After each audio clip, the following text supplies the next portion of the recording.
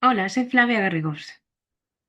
El estudio que voy a presentar se titula ¿Palmeras en la nieve aporta español a la corriente neoclásica del cine occidental sobre África? Este estudio lo realizamos conjuntamente el profesor Bolequia y yo sobre esta premiada película de 2015 que fue dirigida por Fernando González Molina y protagonizada por Mario Casas, Adriana Ugarte y Berta Vázquez.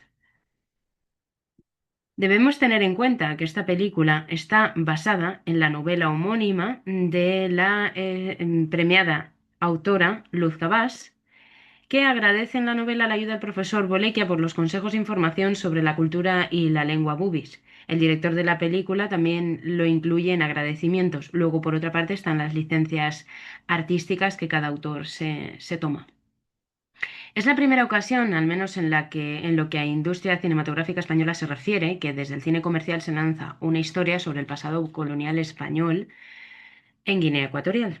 ¿Y por qué puntualizo, al menos en la cinematografía española? Pues porque la representación de África en el cine occidental comienza con el propio cine occidental, que se suma a medios más antiguos como la literatura, la ciencia, etc.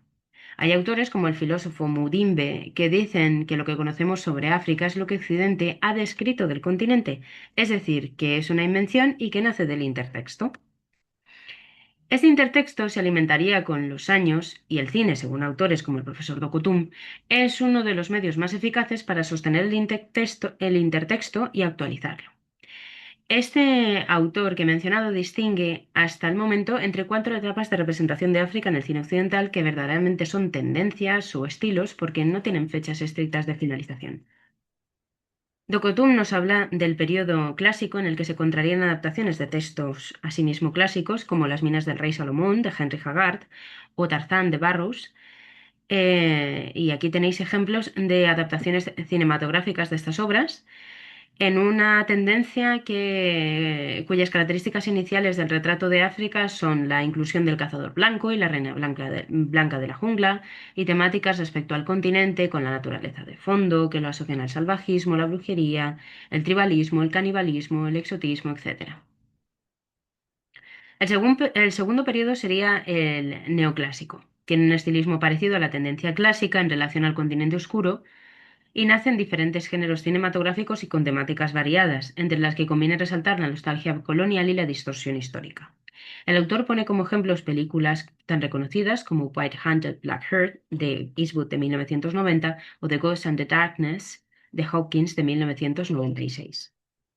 En tercer lugar está La Nueva Ola, que toma el discurso del continente oscuro, pero hace las narrativas y los personajes más sofisticados, resalta el hecho de que muchas estén ambientadas o basadas en hechos reales y guardan relación sobre todo con cuestiones de conspiraciones médicas, humanitarismo, revisión o distorsión histórica, nostalgia colonial, etc.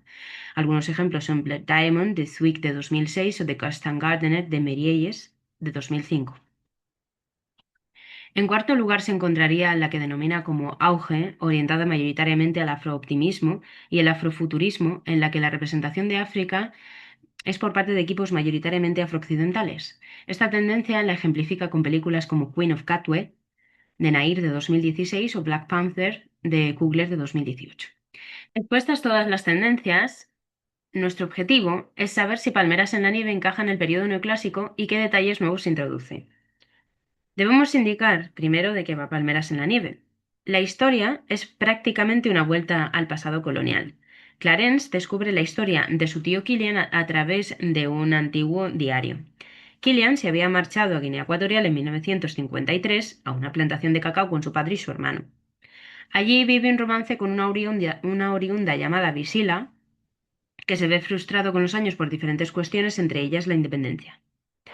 La sobrina conocerá el resto de la historia a través de Visila, ya en Guinea Ecuatorial, que es a donde Clarence viaja. Verdaderamente la historia tiene muchos detalles relacionados con la telenovela.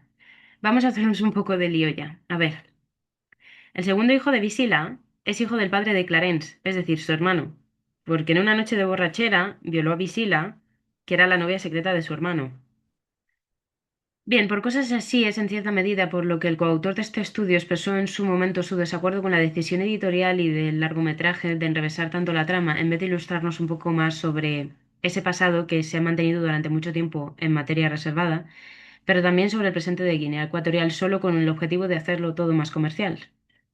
Bien, en cuanto al método utilizado en este estudio, este es un análisis cualitativo del texto audiovisual desde una perspectiva interdisciplinar, orientada mayoritariamente a los estudios postcoloniales y africanos. La metodología se inspira en Orientalismo, obra de análisis literario de Edward Said de 1978. En este caso, se adapta a la literatura audiovisual con un enfoque igualmente postcolonial, pero focalizado en el continente africano. Para intentar entender cómo asignar a determinado estilo o explicar las mezclas, es importante identificarlas. En esta película el protagonista es Killian, que como es habitual, es un hombre blanco heterosexual que va a vivir una aventura a África. Pero en esta película existe una peculiaridad de que hay dos aventuras en África, aunque una tenga más peso que la otra. La segunda es la de Clarence, que abre la posibilidad de ver dos tiempos representados del continente, dos actualizaciones del texto según el cine. Por otra parte, voy a resaltar de pasada algunos aspectos que pasan desapercibidos, pero que casi siempre se encuentran en los textos sobre África. Climas extremos, en este caso se aprovecha la cantidad de lluvia que siempre hay en Guinea Ecuatorial, en la isla de Bioko en concreto, pero también se resalta el calor con el tema del sudor, la naturaleza, desde los inicios del cine, ya sea ficción o no ficción, y sobre todo con planos aéreos. Aquí también aparece, en esta película aparece la avioneta y el aeródromo. Los mercados son lugares imprescindibles y da igual la época. La cantidad de negroafricanos sin camiseta siempre cargando cosas. También hay algunos latigazos. La vestimenta con el characot y la plantación. El exotismo con la aldea. Los niños persiguiendo al blanco pidiéndole algo. Los tambores africanos. Bailes alrededor de la hoguera. Supersticiones y personajes vinculados como Mama Sade. Peligros como mordiscos de serpientes, etcétera. A ver. Esto es un cúmulo de cosas que alimentan ideas de la otredad y contrarrestan otros discursos, es decir, que les ponen a ellos en un lugar diferente al nuestro, como si la gente occidental no consultase a tarotistas, no creyera en supersticiones o no le mordieran los animales autóctonos, por ejemplo. Llegados a este punto voy a resaltar algo que también es habitual, pero que es especial aquí por motivos que veremos y porque es uno de los temas más recurrentes de los estudios sobre la película, el sexo. Sin duda, uno de los autores más consultados es Gustave Nérin, sobre todo por los detalles que vinculan la película con las costumbres sexuales que el autor en sus investigaciones ha descrito que tenían los colonos españoles. En esta comunicación no voy a resaltar tanto este tema, pero sí haré algunas aportaciones vinculadas a la economía política de la comunicación y a la economía política del cine, porque al final es una película comercial. Otros autores han apuntado que hay dos tipos de mujeres en la película, las que se prostituyen, que no son boobies, y las que no se prostituyen, que son boobies. Por esto sale el Club Fernandino, aunque en la colonia había más formas de prostitución.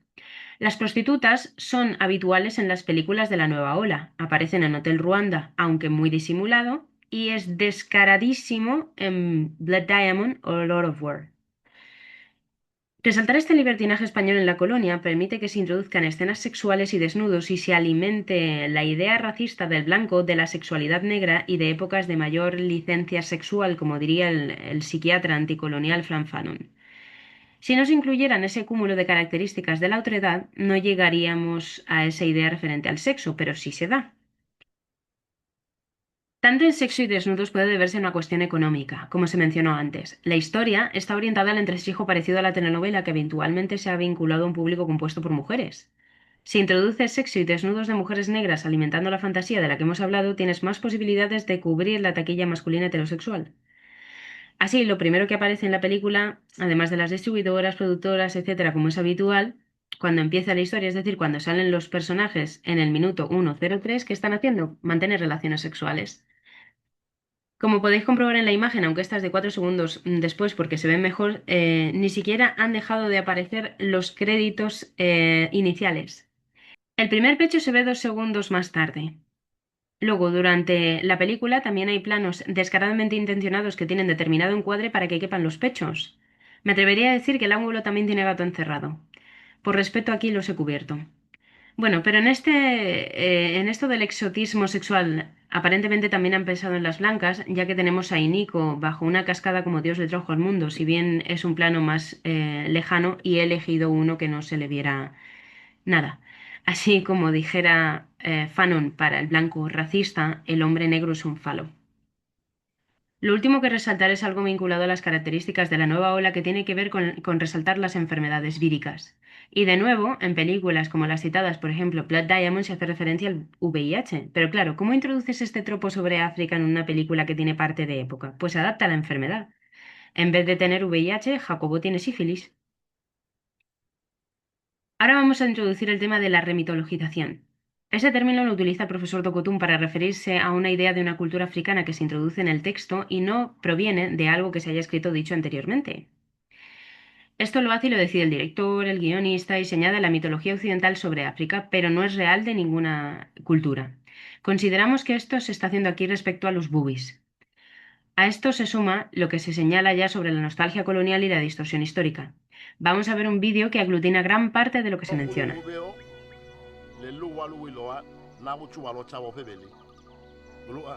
dice que debe ser siempre fiel a su marido como la arena de la playa, que solo puede ser bañada por un único mar. Y además les desea felicidad y fortaleza en la travesía que acaban de emprender.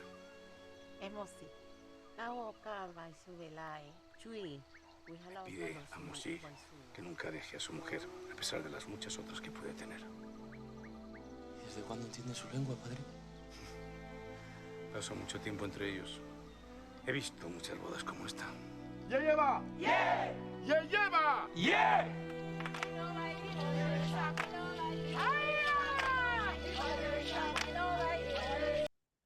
La película no muestra algo conocido que es que la población bubi era hostil con los colonos españoles y tampoco muestra el régimen interno que ejercían los colonos españoles contra la población bubi. En consecuencia, que dos colonos estuvieran en la aldea como si nada durante un ritual, improbable. Que además uno admita que ha visto muchos casamientos y pueda traducir una de las lenguas más difíciles del mundo al tiempo, improbable. Que una bubi se case con un extranjero nigeriano, improbable. Que se haga un ritual tradicional para casar a dos personas si no son bubis las dos, improbable. Que salgan mujeres con los pechos descubiertos en la época en la que está representando, improbable. Hay autores que también han afirmado que la película coge un África anterior para exotizar a través de las imágenes. Con el hecho de que algunas de las señoras vayan con los pechos al descubierto se corrobora porque en esa época estaba prohibido. De la misma forma, es improbable que Visila ofrezca tan fácilmente detalles de su cultura. En la película los introducen en otras secuencias con la exotización porque ella habla de los espíritus, por ejemplo. Se introducen ideas sobre el castigo por el adulterio, la sacralización de la virginidad, determinados rituales y el tema del luto. Algunos de estos están mezclados con ideas y costumbres que son de los cristianos blancos y los rituales están desubicados y llevados a la bestialidad. Por otra parte, falta contexto, que es típico de toda la historia de la representación de África en el cine occidental, pero que se une aquí a la nostalgia colonial porque se suaviza la acción colonial a través de Killian y de su padre, a lo que se añaden detalles que nacen del intertexto y de los estereotipos, la tergiversación histórica y esta representación bubi que hemos comentado. Luego, falta contexto sobre lo que España hizo allí, pero también sobre la transición a provincia, la independencia y las dos dictaduras. Se ve que hay tensión y alguna discusión, alguna mención más sutil sobre algo, pero nada más. Voy a poner en vídeo uno de los ejemplos que, entre comillas, tiene más chicha. Baja el arma. ¿Desde cuándo se discute aquí por una mujer? ¿No entendéis que no vais a decidir por nosotros nunca más? ¡Esta es la verdadera cara de los blancos! Mientras obedezcas, todo va bien. Levantaos.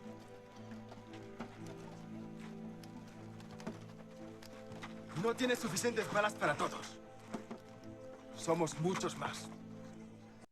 En definitiva, parece que tenemos miedo a la historia, que todavía estamos con la materia reservada. Y por otra parte, parece que no podemos poner en riesgo nuestra relación con el actual sistema guineo-ecuatoriano. La película Black Beach de Esteban Crespo de 2020 ni siquiera nombra que es Guinea Ecuatorial. También se comprende perfectamente que los artistas tengan miedo. Debido a diferentes factores, es más complejo introducir en una película mayoritariamente de época las características de la nueva ola, que las tendríamos escasamente a través de la parte de la historia de Clarence que es actual. Tenemos detalles como los siguientes dos planos seguidos que van muy acordes con la idea. Aquí se ofrece de forma visual un discurso repetido hasta la saciedad, el del progreso, que fue la actualización del discurso civilizatorio. Si justo después se ve la ciudad afropesimista, siempre dentro de la idea estanca del progreso, uno se encuentra con uno de los detalles pesimistas que se repite en la nueva ola de que África no tiene solución y se hace, entre otros, a través de la muestra de la ciudad. Además, luego se ven militares con armas de largo alcance, como vemos las calles están sin asfaltar, se ve el tendido eléctrico, etcétera. Ahora pasamos a las novedades. Entre ellas, en primerísimo lugar, que España se sume a hacer este tipo de películas, sobre todo desde el cine comercial, es novedoso, aunque por ser comercial haya una suavización. En segundo lugar, que se introduzcan los dos tiempos de esta manera no es nada habitual. Me refiero a la época de Killian y a la época de Clarence, aunque las estructuras son similares. La aventura en África, los aventureros, las relaciones temporales sexoafectivas, el padre del tío enfermo, el legado, etc. En tercer lugar, hay una cosa que también es nueva. Uno de los estudios mencionaba el hispanotropicalismo, que tiene vínculos con el lusotropicalismo. Tiene detalles y matices que no podemos desarrollar en este momento, pero nos quedaremos con una idea básica, que tiene que ver con el argumento de la existencia de una supuesta hermandad desde la diversidad racial, continental y cultural, e intentando dar a entender una excepcionalidad portuguesa, hispana, ibérica, a fin de cuentas, que es inventada. Este es un discurso creado con posterioridad a las, entre comillas, mezclas, que es en realidad una herramienta. ¿Y a qué viene esto? Pues que el mayor productor occidental de cine, que es Estados Unidos, tiene algo con el tema de las mezclas raciales. Entonces, lo que plantea Palmeras en la nieve, incluso planteándolo en época, es novedoso. En cuarto lugar, el director combina las fantasías sexuales sobre mujeres negras, el África antigua y exótica del intertexto y la propia tradición española, del destape, y por eso enseña pechos y más pechos. Eso es algo que tampoco veremos habitualmente en el cine estadounidense. También hay que mencionar lo que Jacobo y los ingleses le hacen a Visila, que introduce detalles de la cultura de la violación, desgraciadamente. Por último, me gustaría resaltar que hay personajes negroafricanos algo más desarrollados que de costumbre, por tanto, son más oportunidades para actores afroespañoles y afrodescendientes, que es lo que llevan años reivindicando. Además de Berta Vázquez, nombrar a Yeye Apali, que en paz descanse, a Malcolm Sité, a Bela Gusú o Borebuika. Añadir que aunque los creadores de la película intentan ser respetuosos respecto a África, por seguir, supongo, las intenciones de la novelista, con la cultura hay tópicos, estereotipos, tergiversaciones históricas y nostalgia colonial. En conclusión, Palmeras en la nieve sigue la misma dinámica de actualización de los textos y aporta para dos corrientes en una sola película. Es la primera época en la que mayoritariamente está representada. Pone como héroe a un colono blanco bondadoso que suaviza el colonialismo. Además, hay inexactitudes y omisiones históricas y culturales. En consecuencia, Palmeras en la nieve puede pertenecer al neoclásico tal y como lo plantea el profesor Docotum. Sí. ¿Introduce elementos nuevos? Sí. Nacionalidad, dos épocas, el mestizaje, los desnudos, pero no impide que esté en la tendencia neoclásica. Foto o gracias.